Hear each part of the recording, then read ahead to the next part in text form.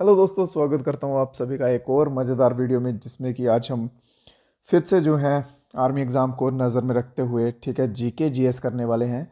General knowledge और general science के important question करने वाले हैं दोस्तों। टोटल 30 क्वेश्चंस जो है हमारे रहने वाले हैं। ठीक है, जीडी हो गया, क्लर्क, स्टोर कीपर हो गया, नर्सिंग असिस्टेंट, ट्रेड्समैन, टेक्निकल, सभी दोस्तों के लिए जो है जिनकी तैयारी कर रहे हैं आप, इसमें इंपॉर्टेंट रहने वाले हैं जीके जीएस। ठीक है, तो चलिए हम अपनी वीडियो की तरफ बढ़ते हैं। आप सभी से एक अनुरोध है, वीडियो पूरा देखिएगा और लास्ट तक अपने स्कोर बताना है। ठीक है, और देखना है कि कितने तक आपके स्कोर जो है वो ठीक हो पा रहे हैं।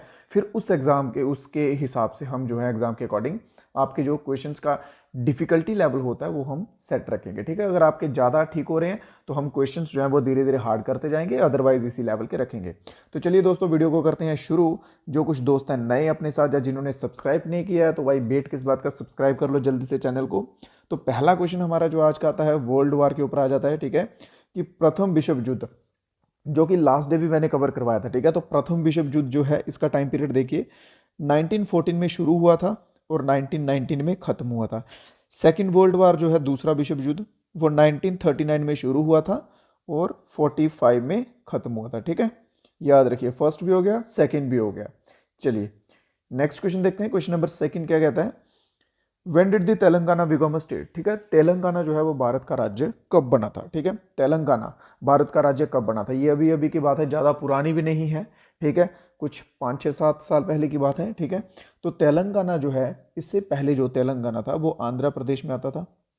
ठीक है, आंध्र प्रदेश में जो है तेलंगाना आता था। सभी दोस्तों से एक छोटी सी रिक्वेस्ट है मेरी कि लाइव चैट भी नीचे खुला है दोस्तों। ठीक है, अगर आप लाइव के बाद में देख रहे हैं तो कमेंट बॉक्स खुला है, सभी दोस्त जो हैं कमेंट करके अपने आंसर बताते जाइएगा। ठीक है, मुझे इंतजार रहेगा आपके आंसर्स का।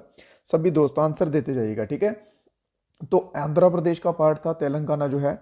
तो ये जो जब डिवाइड हुआ उससे, तो कब हुआ था, ये हुआ था 2 जून टू 2014 को। ठीक है, 2014 को जो है तेलंगाना एक स्टेट बना था। ठीक है, तो चलिए तेलंगाना की कैपिटल जो है वो क्या है, जल्दी से बता दीजिए।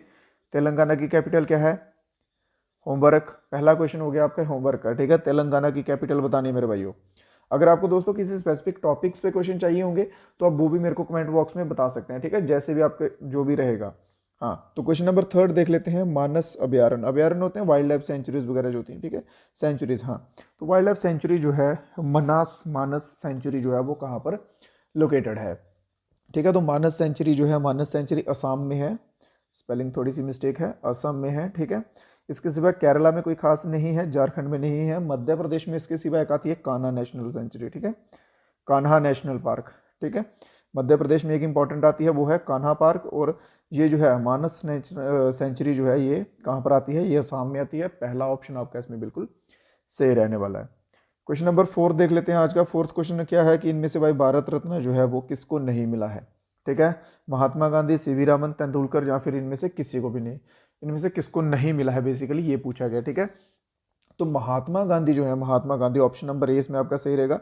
महात्मा गांधी को जो है ये नहीं मिला हुआ है। ठीक है, और अगर बात की जाए कि भारत रत्न जो है ये स्टार्ट कब हुआ था, किस वर्ष में स्टार्ट हुआ था, तो ये स्टार्ट हुआ था मेरे भाई 1954 में। ठीक है, 1954 में ये जो है वो स्टार्ट हुआ था।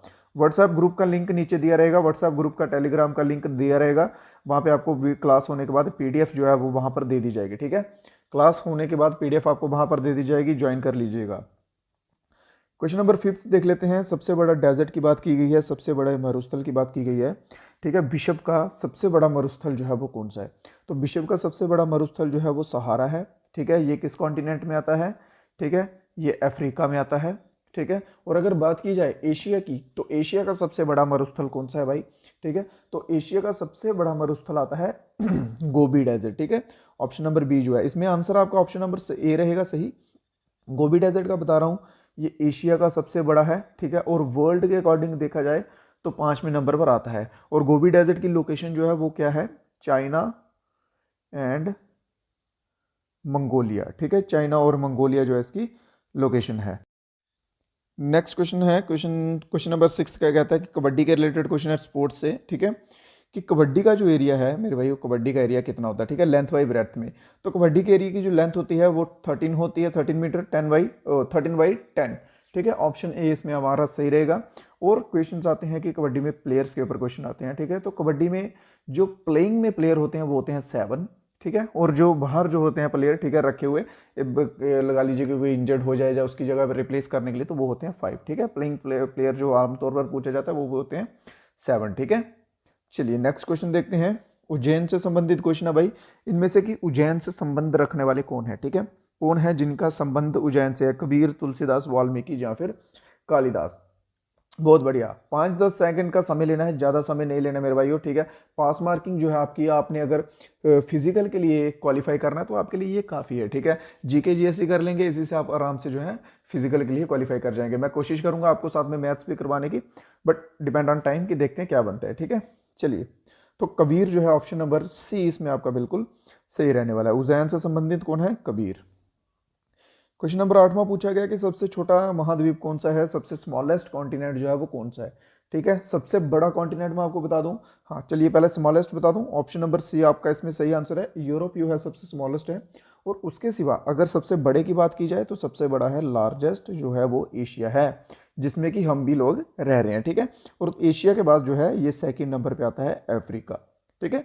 सबसे लार्जेस्ट एशिया, सेकेंड नंबर पे अफ्रीका, और सबसे छोटा जो है वो यूरोप। नेक्स्ट क्वेश्चन देखते हैं, क्वेश्चन नंबर 9 क्या कहता है। सबसे पहले महिला, हाँ, वीमेन प्रेसिडेंट ऑफ इंडिया, ठीक है, सबसे पहले महिला राष्ट्रपति कौन है भारत की, who is the first women president of India. तो प्रतिभा देवी सिंह पाटिल जो है मेरे भाइयों, बिल्कुल आपका सही आंसर रहने वाला ऑप्शन नंबर ए, ठीक है। प्रतिभा देवी सिंह पाटिल जो है ये पहली महिला राष्ट्रपति है भारत की। 10th क्वेश्चन की ओर चलते हैं, गोवा के ऊपर क्वेश्चन है, ठीक है, कि when did Goa become a part of India. Goa जो है मेरे भाइयों, गोवा ये भारत का पार्ट, भारत का हिस्सा जो है वो कब बना था, किस वर्ष में बना था, ठीक है। आपने अगर हिस्ट्री में अच्छे से थोड़ा ध्यान से पढ़ा होगा तो गोवा जो है ये इंडिया का पार्ट पहले नहीं था, ठीक है। इसको पुर्तगीज, जो पुर्तगाली होते हैं, ठीक है, उन्होंने इसको एनेक्स किया हुआ था गोवा को। हाँ हाँ बिल्कुल बिल्कुल, ठीक है। सभी दोस्त आंसर देते जाइए, सभी दोस्त आंसर देते जाइए, और मेरे भाइयों वीडियो को अपने और दोस्तों के साथ भी शेयर करना है। अगर अच्छा लग रहा हो वीडियो, लाइक कर दीजिएगा एक बार, बस फ्री की बात कह रहा हूँ, लाइक कर दीजिएगा, चैनल को सब्सक्राइब कर दीजिएगा। तो गोवा जो है ये भारत का पार्ट जो है ये कब बना था, ये बना था दिसंबर 1961 को, ठीक है, दिसंबर का मंथ, और 1961 ऑप्शन नंबर ए इसमें आपका मेरे भाइयों बिल्कुल सही आंसर है। क्वेश्चन नंबर 11 देख लेते हैं, प्रकाश पादुकोण के ऊपर है। प्रकाश पादुकोण जो है वो किस खेल से संबंधित है, तो प्रकाश पादुकोण बैडमिंटन से संबंधित है, और रहने वाले कहाँ के हैं, बेंगलुरु के, ठीक है, बेंगलुरु के रहने वाले हैं और बैडमिंटन से संबंधित है। हॉकी के रिलेटेड क्वेश्चन है, ठीक है। देखिए यहाँ पे पूछा गया है ड्यूरेशन ऑफ हॉकी गेम, ठीक है, ड्यूरेशन पूछा गया है 2, देखिए ये 2 सेट में होती है, एक फर्स्ट राउंड होता है, एक सेकेंड राउंड, ऐसे ही होती है, ठीक है गेम। और फर्स्ट जो है वो भी 30 मिनट का होता है, सेकंड जो है वो भी 30 मिनट का होता है, ठीक है। 35-35 के होते हैं, उसमें 5 मिनट जो रहते हैं वो 5 मिनट रहते हैं उसके लिए, इंटरवल के लिए, ठीक है, 5 मिनट इंटरवल के लिए रहते हैं। तो गेम जो है ये गेम होता है टोटल 60 मिनट का, ठीक है, ऑप्शन नंबर सी इसमें सही रहेगा, ठीक है। 30 मिनट का फर्स्ट राउंड, 30 मिनट का सेकेंड राउंड, और इनमें 5-5 मिनट इंटरवल के लिए दिए जाते हैं। ऑप्शन नंबर सी मेरे भाई बिल्कुल सही है। क्वेश्चन नंबर देख लेते हैं, क्वेश्चन नंबर 13 क्या कहते हैं, सऊदी अरब की मुद्रा क्या है, ठीक है, करेंसी की बात की गई है सऊदी अरेबिया की, ठीक है, सऊदी अरेबिया की करेंसी। बहुत बढ़िया, आमतौर पर अगर करेंसी के ऊपर क्वेश्चन आता है तो सऊदी अरेबिया का ही नाम आता है, जहाँ बांग्लादेश का आता है, ठीक है। ये 2 चीज़ें हैं, 2 कंट्रीज हैं जिनका ज़्यादातर आता है, एक सऊदी अरेबिया, दूसरा बांग्लादेश। सऊदी अरेबिया की बात की जाए तो रियाल है, ठीक है। बांग्लादेश की बात की जाए तो टका है, टाका टाका बोलते हैं, ठीक है। डॉलर जो है, डॉलर और भी बहुत से कंट्रीज़ के हैं, यूएस के हैं, ठीक है, ऑस्ट्रेलिया के हैं, और भी बहुत से कंट्रीज़ के हैं, ठीक है। तो रुपीज़ है, रुपीज़ इंडिया का है, ठीक है, इंडिया का भी रुपीज़ है, पाकिस्तान का भी रुपीज़ है, ठीक है, मेरे ख्याल से भूटान का भी है, शायद कंफर्म नहीं है, बट ये 2 का तो कंफर्म है, इंडिया और पाकिस्तान का भी रुपीज़ ही है, ठीक है। तो इसमें हमारा आंसर जो है ऑप्शन नंबर ए रहने वाला है। सऊदी अरेबिया की करेंसी जो है वो रियाल है, ठीक है, टाका जो है ये बांग्लादेश की है। नेक्स्ट क्वेश्चन के ऊपर चलते हैं, क्वेश्चन नंबर देख लेते हैं अपना, क्वेश्चन नंबर 14 है, चिपको मूवमेंट के ऊपर क्वेश्चन है भाई, ठीक है। चिपको आंदोलन जो है ये शुरू हुआ था पेड़ों को लेकर, ठीक है, पेड़ जो है उनको काट दिया जाता था, और पेड़ों को बचाने के लिए चिपको आंदोलन मूवमेंट जो है इसको शुरू किया गया था। लोग पेड़ों के साथ चिपक गए थे, ठीक है, कि हम इनको काटने नहीं देंगे, ठीक है, उनके स्टेम्स जो होते हैं, तने होते हैं, उनके साथ चिपक गए थे कि हम पेड़ों को नहीं काटने देंगे। तो इसलिए इस मूवमेंट का नाम भी जो है वो चिपको रखा गया था, ठीक है। तो ये मूवमेंट जो है ये किसके द्वारा स्टार्ट की गई थी, ये स्टार्ट की गई थी सुंदरलाल बागुना के द्वारा, ठीक है, सुंदरलाल बागुना। ऑप्शन नंबर ए के साथ जो भी दोस्त गए हैं बिल्कुल सही आंसर है, ठीक है, सुंदरलाल बागुना जो है बिल्कुल सही आंसर, ठीक है। सभी दोस्त जो है कमेंट बॉक्स में आंसर देते जाइए मेरे भाई, बिल्कुल बिल्कुल, हाँ, सुंदरलाल बागुना के द्वारा शुरू की गई थी, ठीक है। चलिए नेक्स्ट क्वेश्चन देखते हैं। क्वेश्चन नंबर हमारा 15 क्या कहता है। क्वेश्चन नंबर 15 है कि Uttarakhand state was carved from which state, ठीक है, उत्तराखंड राज्य जो है वो किस दूसरे राज्य से बनाया गया। जैसे आपको एक पीछे एग्जाम्पल में क्वेश्चन दिया था, आंध्र प्रदेश में से तेलंगाना बना, ठीक है, वैसे ही यहाँ पे पूछा कि उत्तर प्रदेश जो है, sorry Uttarakhand, my mistake, Uttar Pradesh answer मैं बोल चुका हूँ आपको पहले ही, ठीक है, समझदार के लिए इशारा काफी बढ़िया, ठीक है। तो उत्तराखंड जो है वो किस में से बनाया गया था, ये बनाया गया था उत्तर प्रदेश से। तो किसी दोस्त को मालूम हो उत्तर प्रदेश से उत्तराखंड जब अलग किया था तो वो किस वर्ष में किया गया था, ठीक है, मतलब कि उत्तराखंड जो है जस्ट मिनट, उत्तराखंड जो है वो किस वर्ष में जो है एक स्टेट बना था, ठीक है, तो ये बना था सन 2000 में। बहुत बढ़िया, सन 2000 में ये एक स्टेट बना था। चलिए नेक्स्ट क्वेश्चन की ओर चलते हैं। नेक्स्ट क्वेश्चन है, बिल्कुल सही, देखिए ये थोड़ा सा किस टाइप का क्वेश्चन है आप कह लीजिए, जस्ट अ मिनट, मेरे को स्क्रीन थोड़ी सी छोटी करनी पड़ेगी, ठीक है, कोई प्रॉब्लम तो नहीं, दिख रहा है आराम से, थोड़ा सा समझने का कोशिश कीजिएगा, ठीक है, इस क्वेश्चन को, क्वेश्चन नंबर 16 को। क्वेश्चन नंबर 16 में मेरे भाई उन्होंने क्या बोला है, उन्होंने बोला कि एक इलेक्ट्रिक बल्ब है जो 220 वॉट का चल रहा है, 220 वॉट पे चल रहा है, ठीक है, मतलब कि उसका पोटेंशियल डिफरेंस जो है, ठीक है, और इलेक्ट्रिक करंट है 0.50 एम्पियर का। तो हमने निकालनी है पावर ऑफ द बल्ब, ठीक है, पावर ऑफ द बल्ब निकालनी है, बिल्कुल सिंपल है, ध्यान से समझिएगा, ठीक है।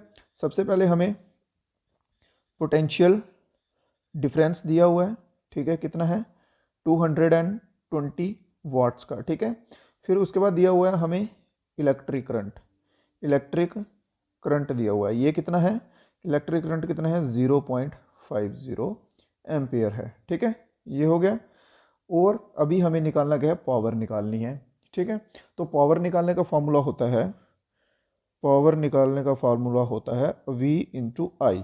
V क्या है, V है पोटेंशियल डिफरेंस, I क्या है करंट, ठीक है, ये शॉर्ट फॉर्म में लिखा है, तो कर लेते हैं भाई, ठीक है, 220 इंटू 0.50, ठीक है, 0.50 जब 0.5 कह लीजिए, एक ही पॉइंट है याद रखिए, ठीक है, 5 के साथ इसको हम अगर सीधा मल्टीप्लाई कर लिए, आपको सिंपल वे में बता रहा हूँ, ठीक है, पॉइंट के बिना मल्टीप्लाई करेंगे तो ये कितना बैठेगा 0, 5 to 10 0, 1, 5 to 10 1, 11। तो पॉइंट जो है वो कितने डिजिट छोड़ के था, एक डिजिट, तो यहाँ पे एक डिजिट छोड़ दीजिए, तो ये आ गया आपका आंसर 110, ठीक है, समझ गए। अगर इस तरह से नहीं आया आपको समझ, दूसरी तरीके से समझ लीजिए, कोई बात नहीं, ठीक है, 220 इंटू 0.5 को हम 1/2 लिख सकते हैं कि नहीं लिख सकते, 0.5 भी आधा होता है, 1/2 भी आधा होता है, 50 पैसे मतलब आधा रुपया, 1/2 मतलब आधा हिस्सा, ठीक है। तो ऐसे अगर हम लिख लेते हैं, ऐसे भी कोई प्रॉब्लम नहीं है, 2 को इससे काट लो, ठीक है, 110 फिर भी आ जाएगा, तो 110 हमारा आंसर हो गया। ये दो तरीकों से ही करके बता दिया ताकि आपको कोई डाउट ना रहे।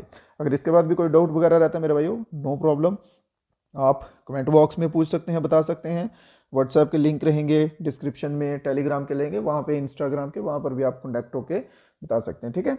चलिए क्वेश्चन नंबर 17 पूछा गया कि चिकनगुनिया जो है वो किसके द्वारा स्प्रेड होता है। तो चिकनगुनिया मेरे भाइयों मस्कीटो वाइट, ठीक है, मच्छर के काटने से चिकनगुनिया जो है वो होता है। Question number, option number D इसमें बिल्कुल सही आंसर है आपका। नेक्स्ट क्वेश्चन है कि इनमें से कौन सी एक गैस है जो पोल्यूटेंट नहीं है, मतलब जिसके द्वारा प्रदूषण नहीं होता, प्रदूषक गैस कौन सी नहीं है, ठीक है, इनमें से बिल्कुल सही। तो इनमें से कौन सी नहीं है, वो है कार्बन डाइऑक्साइड, CO2, ठीक है। कार्बन डाइऑक्साइड किस तरह से नहीं है, ठीक है, आपने आमतौर पर तो सुना होगा कार्बन डाइऑक्साइड पोल्यूटेड है, किस तरह का नहीं है कि ये नेचुरली गैस है, ठीक है, हम इनहेल करते हैं ऑक्सीजन, एक्सहेल करते हैं कार्बन डाइऑक्साइड, ठीक है, ये नेचुरली गैस है, इस वजह से ये नेचुरली एयर में होती है, जिस वजह से ये पोल्यूटेड की काउंटिंग में नहीं आती है, ठीक है। और हम अपने ऑप्शंस को भी देखते हुए चलेंगे तो कार्बन डाइऑक्साइड इसमें हमारा बिल्कुल सही आंसर रहने वाला है, ऑप्शन नंबर सी इसमें हमारा बिल्कुल सही है। क्वेश्चन नंबर 19 देख लेते हैं, स्केलर क्वांटिटी के ऊपर क्वेश्चन है भाइयों, ठीक है, निम्नलिखित में से कौन सी एक अदिश राशि है, ठीक है, स्केलर क्वांटिटी है, बहुत बढ़िया। एक होती है स्केलर क्वांटिटी, एक होती है vector quantity. Scalar vector quantity पे ज्यादातर चांस होते नहीं है कि क्वेश्चंस आए, ठीक है, बट नो प्रॉब्लम, अगर आ भी गया तो स्केलर क्वांटिटी का इनमें एग्जांपल है इलेक्ट्रिक फील्ड, ठीक है, इलेक्ट्रिक फील्ड इसमें स्केलर क्वांटिटी का एग्जांपल है, ठीक है। इसके और भी एग्जांपल होते हैं, जैसे स्पीड हो गया, स्पीड भी इसी का एग्जांपल है, ठीक है, जो कि एक सिमिलर मोशन में या एक सीधी लाइन में जो चीज फ्लो करती है, जो चलती है, वो स्केलर क्वांटिटी में आती है। ये चीज़ ध्यान रखिएगा एग्जाम्पल देने के लिए, ठीक है। तो इलेक्ट्रिक फील्ड जो है ये स्केलर क्वांटिटी में आता है। ऑप्शन नंबर ए इसमें हमारा बिल्कुल सही है। नेक्स्ट क्वेश्चन पूछा गया है कि कौन सी गैस जो है सोडा बनाने के लिए यूज होती है? Carbon dioxide. बिल्कुल नॉर्मल आंसर, बिल्कुल basic question. Option number B हमारा बिल्कुल सही है इसमें। देखिए एक और क्वेश्चन है स्केलर क्वांटिटी के ऊपर ही, बहुत बढ़िया। कौन सा इनमें से स्केलर क्वांटिटी, अभी पीछे ही मैंने बताया आपको, इलेक्ट्रिक फील्ड के सिवा एक और चीज जो है वो क्या आती है स्केलर क्वांटिटी में, जो सीधी एक ही तरफा में चलती है, ठीक है। तो स्पीड, स्पीड बिल्कुल सही, ठीक है। ऑप्शन नंबर ए इसका बिल्कुल सही आंसर है। डायमंड के ऊपर क्वेश्चन है। डायमंड जो है वो कैसा बना होता है? प्योर बेरिलियम का होता है, कार्बन, सनलाइट, या फिर इनमें से कोई नहीं का। डायमंड जो है ये प्योर फॉर्म ऑफ कार्बन है मेरे भाइयों, ठीक है, प्योर फॉर्म ऑफ कार्बन है। तो इसमें ऑप्शन नंबर बी आपका सही रहेगा। अगर डायमंड के ऊपर दूसरी तरह से ऐसा क्वेश्चन आता है कि सबसे हार्डेस्ट सब्सटेंस कौन सा है, ठीक है, तो सबसे हार्डेस्ट सब्सटेंस भी डायमंड ही कहलाता है, ठीक है। ऑप्शन नंबर बी इसमें हमारा बिल्कुल सही है। क्वेश्चन नंबर 23 देख लीजिए। स्टडी ऑफ बोन्स, हड्डियों का अध्ययन कहलाता है। हड्डियों की स्टडी जो है वो क्या कहलाती है? बिल्कुल सही। स्टडीज के ऊपर क्वेश्चंस आते हैं, ठीक है। तो स्टडीज के ऊपर मैं एक अलग से वीडियो बना दूंगा, ठीक है, अलग से वीडियो बना दूंगा कि यूनिवर्स की स्टडी को क्या कहते हैं, फूलों की स्टडी को, ये वो जितनी भी स्टडीज रहते हैं अलग अलग, उनके ऊपर एक ट्राई करूंगा, जल्दी ही वीडियो आ जाए, ठीक है। ऑस्टियोलॉजी जो है ये हमारा इसमें सही आंसर रहेगा। हड्डियों की स्टडी को ऑस्टियोलॉजी कहते हैं। ऑप्शन नंबर बी इसमें हमारा बिल्कुल सही रहेगा, ठीक है। चलिए व्हाट्सएप ग्रुप ज्वाइन कर लीजिएगा मेरे भाई, और टेलीग्राम ग्रुप भी, वहाँ पे आपको पीडीएफ जो है बिल्कुल फ्री में दे दी जाएगी, ठीक है। वीडियो खत्म होने के बाद पीडीएफ वहाँ पे आपको मिल जाएगी। व्हाट्सएप और टेलीग्राम ग्रुप ज्वाइन कर ले मेरे भाई। नेक्स्ट क्वेश्चन है वेस्ट कंडक्टर ऑफ इलेक्ट्रिसिटी पूछा गया भाई, ठीक है। तो वेस्ट कंडक्टर सबसे जो है वो है सिल्वर, ठीक है। वेस्ट कंडक्टर सबसे ज़्यादा सिल्वर है, ठीक है। और बट इसकी जगह पे इंस्टेड ऑफ सिल्वर यूज में क्या आता है? यूज में आता है कॉपर। क्यों? क्योंकि सिल्वर जो है ये कॉस्टली है, कॉपर जो है वो इजीली अवेलेबल है, ज़्यादा कॉस्टली नहीं है, इसलिए हम कॉपर को यूज़ करते हैं आमतौर पर वायरिंग में, ठीक है। बट अगर बात की जाए बेस्ट कंडक्टर की, बिल्कुल गुड कंडक्टर की, तो वो हमारा आंसर रहेगा सिल्वर। ऑप्शन नंबर 20 में बिल्कुल सही रहने वाला है। बेकिंग सोडा का फॉर्मूला पूछा गया भाई, बेकिंग सोडा मोस्ट इंपॉर्टेंट है। बेकिंग सोडा का फॉर्मूला आमतौर पर 10th लेवल के एग्जाम्स जो होते हैं उनमें पूछ लिया जाता है, ठीक है। तो बेकिंग सोडा का फॉर्मूला जो है NaHCO3, ये इसका फॉर्मूला है, ठीक है। देखिए कौन से ऑप्शन में CO3 नहीं, इसमें 4 है, हाँ ये ऑप्शन नंबर ए बिल्कुल सही आंसर रहने वाला, ठीक है। NaHCO3 जो है ये फॉर्मूला किसका है? बेकिंग सोडा का।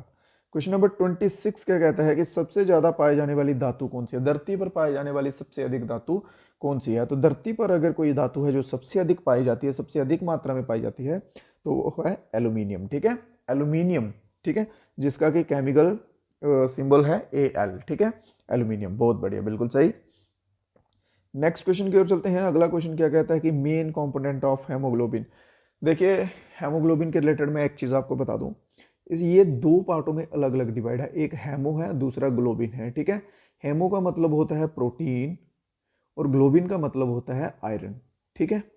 ये हेमोग्लोबिन जो है ये दो कंपोनेंट इसमें रहते हैं, बट मेन कंपोनेंट जो है जिसको ज्यादा प्रेफरेंस दी जाती है, ठीक है, मेन कंपोनेंट कह लीजिए जिसको ज्यादा प्रेफरेंस दी जाती है, वो है हमारा प्रोटीन। एग्जांपल के लिए बता दूं, अगर हम होमवर्क करते हैं तो उसमें रेड पेन भी यूज होता है और ब्लू भी यूज होता है, बट इसमें हमारा मेन कौन सा रहेगा? ब्लू। क्यों? क्योंकि ब्लू से हमें ज्यादा लिखना होता है, आंसर बड़े बड़े होते हैं, आंसर हमने ज्यादा लिखने होते हैं ब्लू से, ठीक है। रेड से या ब्लैक पेन से हम सिर्फ क्वेश्चन लिखते हैं, इसलिए मेन कंपोनेंट अगर बात की जाए तो इसमें कौन सा होगा? ब्लू। तो इसी तरह से हेमोग्लोबिन में मेन कंपोनेंट जो है वो प्रोटीन कहलाता है, ठीक है। अगर दो की बात कर ली जाए तो फिर आयरन भी ऐड हो सकता है। इसमें हमारा ऑप्शन नंबर ए जो है बिल्कुल सही रहेगा। क्वेश्चन नंबर है 28, इनमें से कंपाउंड कौन सा है भाई? फॉलोइंग इज अ कंपाउंड, ठीक है। तो वाटर जो है ऑप्शन नंबर बी हमारा सही रहेगा, वाटर कंपाउंड है।